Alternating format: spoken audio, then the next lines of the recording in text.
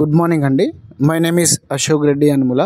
ఈరోజు నేను ఏడిఎంఎస్ బిజినెస్లో అసలు ఫస్ట్ బైక్స్ గురించి చెప్పాలనుకుంటున్నాను.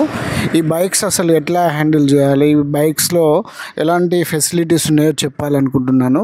ఫస్ట్ ఇది ఏడిఎంఎస్లో డిఫరెంట్ టైప్స్ ఆఫ్ మోడల్స్ ఉన్నాయి. అందులో బెస్ట్ మోడల్ ఏంటిదంటే ఇది డీబీ బండి అండి. దీని కాస్ట్ వచ్చేసి 1,25,000 రూపాయలండి. ఈ బైక్లో ఉన్న ఫెసిలిటీస్ ఒకసారి చెప్తాను చూడండి.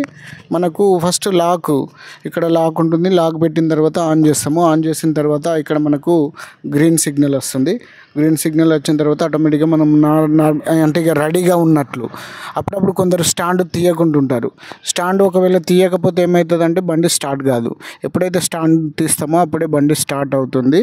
ఇందులో మనకు ఫ్రంట్ మోడు, రివర్స్ మోడ్ అని ఉంటుందండి. అంటే మనకు రివర్స్ సపరేట్గా తీసుకోవాల్సిన అవసరం లేదు.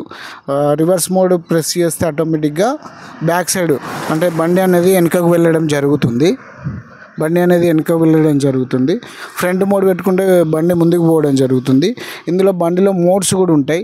First mode, second mode, third mode గేర్ల లాగా. ఈ బండి ఛార్జింగ్ పెడితే మనకు ఒక 5 hours ఛార్జింగ్ పెడితే 100+ మైలేజ్ వస్తుందండి.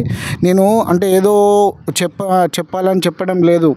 బండి కొని ఒక 6 నెలలు వాడి తర్వాతనే ఈ ఫీడ్బ్యాక్ ఇస్తున్నా. అంతేగాని బండి కొనకుండానో వాడకుండానో మాట్లాడడం లేదు. బండి కొన్న తర్వాత, బండిని వాడిన తర్వాత, అన్నీ క్లియరెన్స్ వచ్చిన తర్వాతనే, అన్నీ నేను ఓకే అనుకున్న తర్వాతనే మార్కెట్ చేయడం జరుగుతుంది.